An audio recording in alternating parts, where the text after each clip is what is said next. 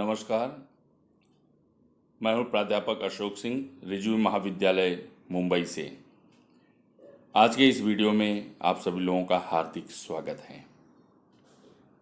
आज हम सब 12वीं कक्षा के हिंदी युवक भारती में शामिल किए गए पहले पाठ, जो कि हिंदी कविता है, नवनिर्माण के स्वाध्याय व रसास्वादन पर चर्चा करेंगे। इस पर व्याख्या व स्पष्टीकरण इसके पहले वाले वीडियो में दिया जा चुका है। तो चलिए हम लोग आगे बढ़ते हैं नव निर्माण के स्वाध्याय की तरफ। नव निर्माण का अर्थ ही होता है नया निर्माण, नया सृजन, नव सृजन। नव निर्माण कविता के कवि हैं त्रिलोचन जी। त्रिलोचन जी का वास्तविक नाम वासुदेव सिंह है। यहाँ पर इन्होंने चतुष्पदी के माध्यम से नव सृजन की प्रेरणा दी है, नव निर्माण की प्रेरणा दी है। चतुष्पदी 4 चरणों वाला छंद होता है। हम लोग जो है स्वाध्याय की तरफ बढ़ते हैं। पाठ्य पुस्तक पर आधारित स्वाध्याय, आकलन हेतु। कृत्य पूर्ण कीजिए, बल इसके लिए होता है। बल इसके लिए होता है, किसके लिए? पीड़ित को बचाने के लिए, पीड़ित की सहायता करने के लिए। जिसे मंजिल का पता रहता है वह पथ के संकट को सहता है। मतलब रास्ते में मंजिल की तरफ बढ़ते समय रास्ते में जो भी कठिनाइयाँ आती हैं, अड़चनें आती हैं, उसका सामना करता है और एक दिन सिद्धि के शिखर पर बैठता है, मतलब सफलता प्राप्त करता है। शब्द संपदा। निम्नलिखित शब्दों से उपसर्ग युक्त शब्द तैयार कर उनका अर्थपूर्ण वाक्य में प्रयोग कीजिए। उपसर्ग युक्त शब्द, शब्द के पहले जो उपसर्ग जोड़ करके नया शब्द बनता है वो उपसर्ग कहलाता है। अब जैसे कि यहाँ पर जो है नीति दिया हुआ है, तो नीति में कूट जोड़ दिया जाए तो कूटनीति हो जाता है, अ जोड़ दिया जाए तो अनीति हो जाएगा, सु जोड़ दिया जाए तो सुनीति। उदाहरण वाक्य प्रयोग के लिए, ताशकंद समझौते के समय शास्त्री जी कूटनीति के शिकार हो गए।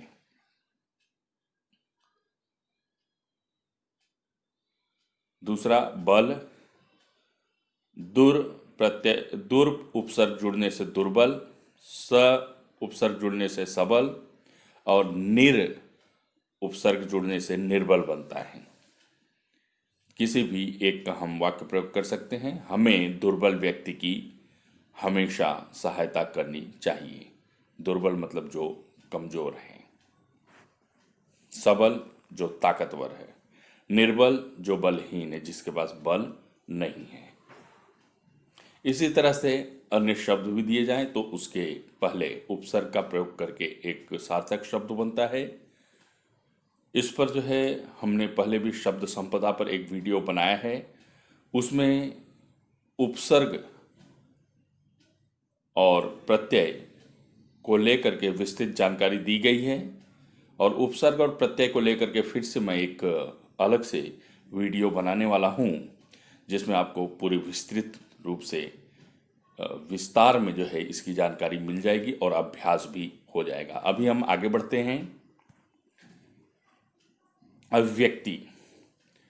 धरती से जुड़ा रहकर ही मनुष्य अपने लक्ष्य को प्राप्त कर सकता है। इस विषय पर अपना मत प्रकट कीजिए। अपना मत मतलब अपने विचार। यहां पर मैंने अपना विचार प्रस्तुत करने का प्रयास किया है, आपका विचार थोड़ा अलग भी हो सकता है। धरती से जुड़ा रहकर ही मनुष्य अपने लक्ष्य को प्राप्त कर सकता है। प्रस्तुत कथन एकदम सत्य है। मैं इस कथन से पूरी तरह सहमत हूं। जो मनुष्य धरती से जुड़ा रहता है उसे वास्तु स्थिति का पूरा ज्ञान रहता है। वह अपनी जिम्मेदारियों को बखूबी समझता है और उसका निर्वाह करने के लिए सदैव प्रयत्न करता रहता है। उसे हर कदम अपने जीवन व कर्म के लक्ष्य का ध्यान रहता है। वह व्यर्थ में अपना समय बर्बाद न करके लक्ष्य की तरफ अग्रसर होता है, अपनी मंजिल की तरफ बढ़ते रहता है और तब तक लगातार परिश्रम करता रहता है जब तक उसे लक्ष्य की प्राप्ति नहीं हो जाती है। बेशक जो व्यक्ति जमीनी स्तर से जुड़ा रहता है उसे अपने कर्तव्य का बोध भी होता है। वह दिखावटीपन से कोसों दूर रहता है। वह आशावादी बनकर जीवन जीता है और अपने लक्ष्य की प्राप्ति के लिए सदैव सतत संघर्ष करते रहता है। इसलिए वह अपने लक्ष्य को प्राप्त कर सकता है या लक्ष्य प्राप्त करने में सफल होता है। दूसरे अभिव्यक्ति की तरफ, समाज का नवनिर्माण और विकास नर नारी के सहयोग से ही संभव है। इस पर अपने विचार लिखिए। समाज का नवनिर्माण और विकास नर नारी के सहयोग से ही संभव है। इस कथन से मैं पूरी तरह सहमत हूं। नर नारी समाज के इकाई हैं, समाज के अहम हिस्सा हैं।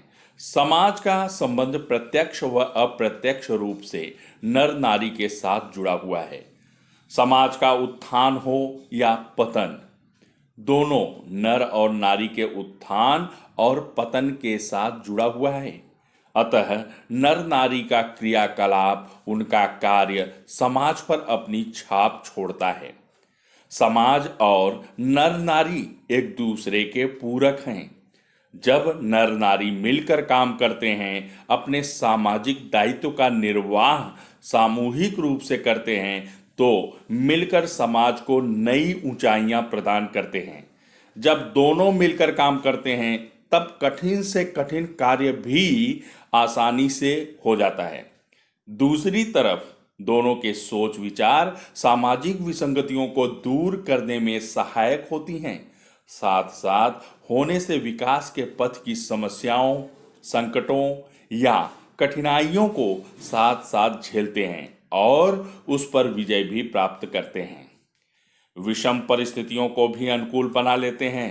इस तरह समाज का नवनिर्माण और विकास नर नारी के सहयोग से ही संभव होता है।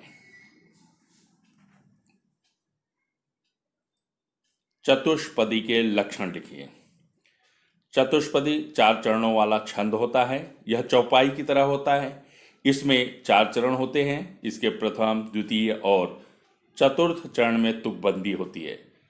भाव और विचार की दृष्टि से प्रत्येक चतुष्पदी अपने आप में पूर्ण होती है। त्रिलोचन जी के 2 काव्य संग्रहों का नाम लिखिए। गुलाब और बुलबुल, सबका अपना आकाश, और भी अन्य नाम जो है पाठ्यपुस्तक में दिए हुए हैं। आप कोई भी 2 लिख सकते हैं। अतिरिक्त शब्द संपदा की तैयारी के लिए समानार्थी शब्द, समान अर्थ वाले, बल, शक्ति, ताकत, इसे आप पर्यायवाची में भी ले सकते हैं। बल, शक्ति, ताकत, सिद्धि, सफलता, कामयाबी, शिखर, शीर्ष, चोटी, प्रीति, प्रेम, प्यार, रचना, निर्माण, सृष्टि, मीत, मित्र, व्योम, आकाश, सहचर, मित्र, भूमि, पृथ्वी, धरती, विश्वास, यकीन, भरोसा। हम देखते हैं आगे शब्द संपदा में ही विलोम शब्द।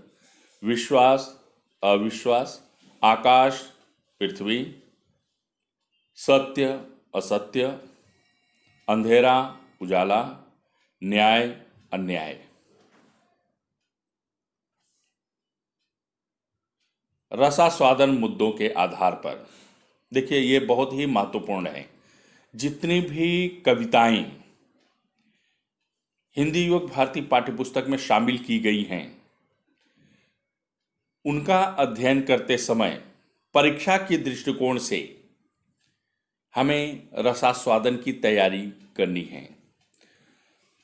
पाठ्यपुस्तक में जब हम अंतिम पेज देखते हैं, अंतिम पृष्ठ की ओर बढ़ते हैं, तो वहाँ पर रसास्वादन हेतु मुद्दे दिए गए हैं। उनमें मुद्दे क्या हैं? शीर्षक, रचनाकार, केंद्रीय कल्पना, रस अलंकार, प्रतीक विधान, कल्पना, पसंद की पंक्तियां तथा प्रभाव, कविता पसंद आने के कारण।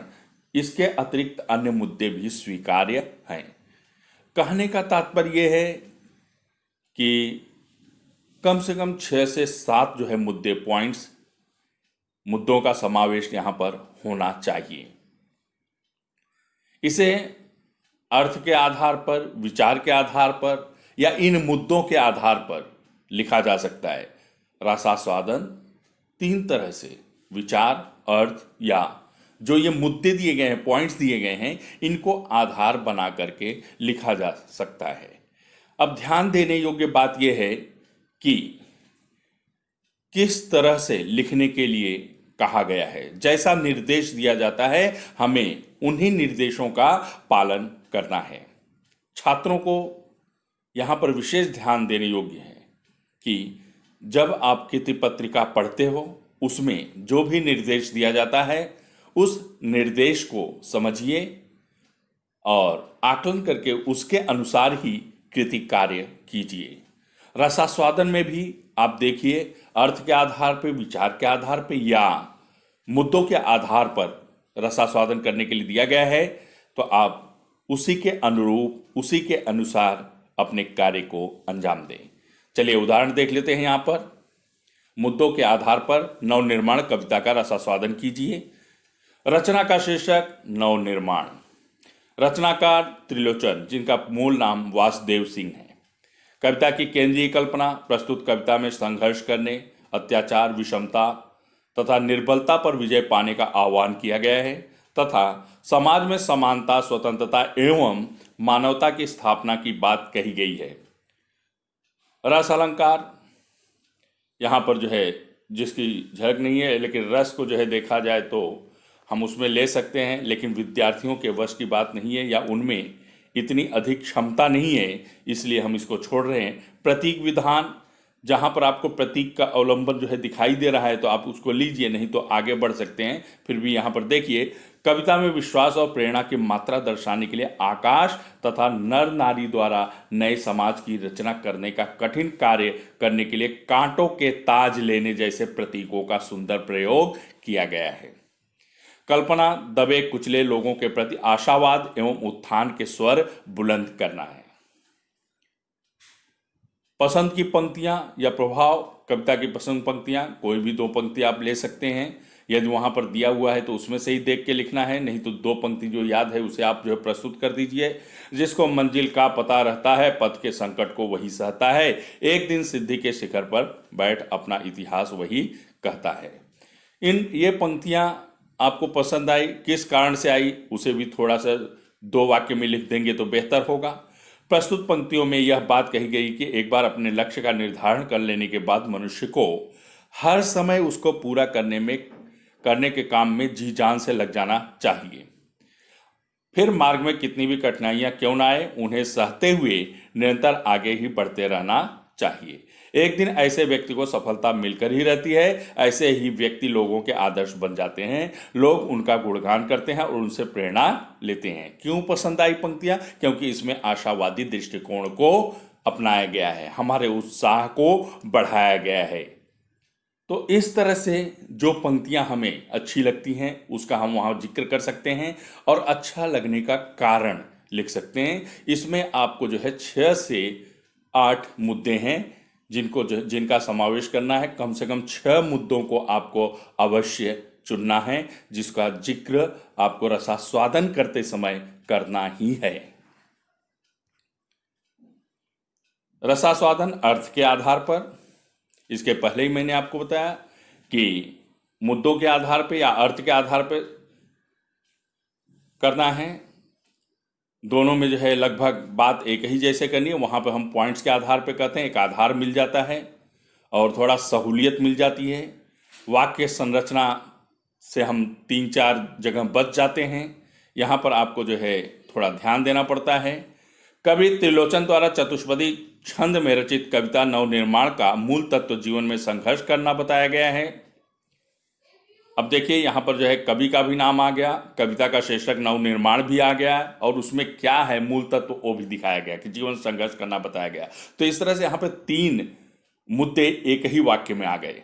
हमारे समाज में फैली हुई विसंगतियां, अन्याय, अत्याचार, विषमता आदि का बोलबाला है, ये चौथा पॉइंट हो गया। कवि इन बुराइयों पर काबू पाने के लिए लोगों को बल और साहस एकत्र करने का आह्वान करते हैं। यह सर्वविदित है कि ये सारी बुराइयां कुछ लोगों द्वारा अपने शारीरिक एवं आर्थिक बल का दुरुपयोग करने के कारण पनपती हैं। इसलिए इन पर विजय पाने का मार्ग भी बल का प्रयोग ही है। यहाँ बल प्रयोग से कवि का आशय किसी के विरुद्ध बल का अनावश्यक प्रयोग करने से न होकर सताए हुए, दबाए हुए बलहीन लोगों का बल बनकर दिखाने से है।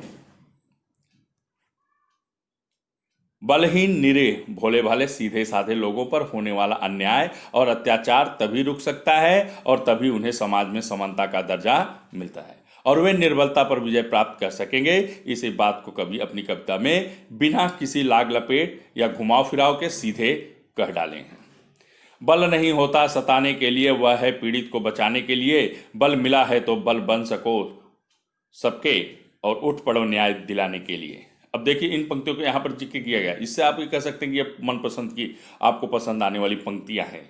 इसको लिखने का खाली तरीका है अलग, लेकिन सारे मुद्दे इसमें भी कवर किए जाते हैं, लिखे जाते हैं। कवि ने इस कविता में अपनी बात कहने के लिए न कहीं रस अलंकार वाली श्रृंगारी भाषा का प्रयोग किया है, न ही उन्हें अपनी बात कहने के लिए समाज शैली के माया जाल में ही फंसना पड़ा है। कविता के शाब्दिक शरीर के रूप में सरल शब्दों की अविधा शक्ति तथा कविता का प्रसाद गुण कविता में व्यक्त भावों को सरलतापूर्वक आत्मसात करने में प्रमुख भूमिका निभाते हैं। यहाँ पर देखिए अविधा शक्ति, शक्ति जो शब्द शक्ति होती है उसके 3 भेद होते हैं, अविधा, लक्षणा और व्यंजना। उसको आपको जो है पढ़ने की आवश्यकता नहीं है।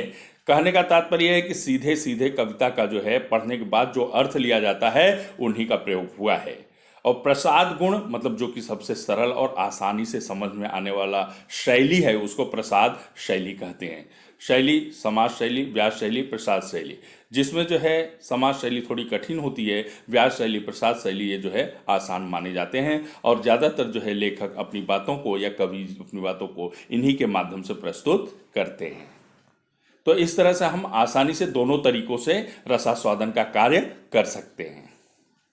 मुझे पूरा विश्वास है कि छात्रों को जो है रसास्वादन का मुद्दा समझ में आ गया होगा। अब हम आगे चलते हैं, थोड़ा व्याकरण वाले भाग को देख लेते हैं। निम्नलिखित वाक्य शुद्ध करके फिर से लिखिए। अतिथि आए हैं, घर में सामान नहीं है। इसका उत्तर होगा अतिथि आए हैं, घर में सामान नहीं है। परंतु अज्ञान भी अपराध है। देखिए यहाँ पे अज्ञान को अज्ञान दिया है। आंसर उत्तर क्या होगा? परंतु अज्ञान भी अपराध है, उसके सत्य का पराजय हो जाता है। उत्तर होगा उसके सत्य की पराजय हो जाती है। अगला, प्रेरणा और ताकत बनकर परस्पर विकास में सहभागी बने।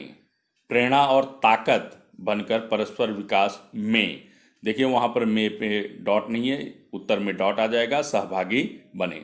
और ताकत जहाँ दिया है वहाँ पे ताकत हो जाएगा। अगला, दिलीप अपने माँ बाप की इकलौती संतान थी।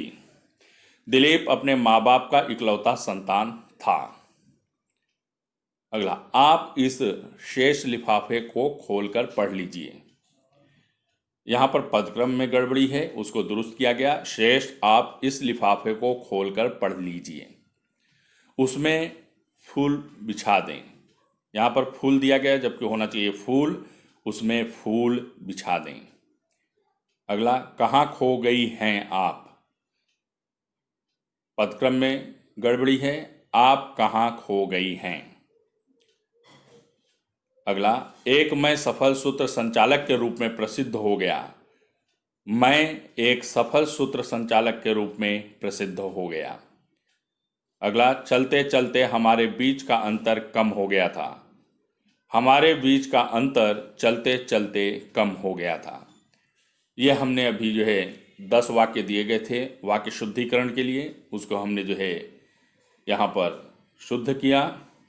वाक्य शुद्धिकरण के लिए जो है आपको लिंग, वचन और कारक पर, इसके अलावा वर्तनी और पदक्रम पर ध्यान देने की आवश्यकता होती है। ध्यान दीजिए क्या मैं बता रहा हूँ कि वाक्य शुद्धिकरण के लिए आपको लिंग, वचन, कारक और क्रिया का रूप जो है उस पर वर्तनी अर्थात स्पेलिंग पर ध्यान देना होता है। यदि इन चीज़ों को हम सुधार लेते हैं, इस पर थोड़ा सा अभ्यास कर लेते हैं, तो वाक्य शुद्ध करना हम सीख जाएंगे। वैसे इस पर जो है हमने शब्द संपदा में भी बताया है, और अलग से फिर मैं एक वीडियो, छोटा सा वीडियो सिर्फ वाक्य शुद्धिकरण पे डालने वाला हूँ। मुझे पूरा विश्वास है कि आप लोगों को स्वाध्याय का कार्य अच्छा लगा होगा, पसंद आया होगा। फिर भी यदि कोई कठिनाई हो, कुछ समझ में ना आया हो, तो इस वीडियो को दूसरी बार देखें और वीडियो के नीचे कमेंट बॉक्स में कमेंट करके मुझे अवगत कराएं, जिससे कि मैं आपकी समस्याओं को दूर करने का प्रयास कर सकूं। मेरी शुभकामनाएं आपके साथ हैं। जय हिंद।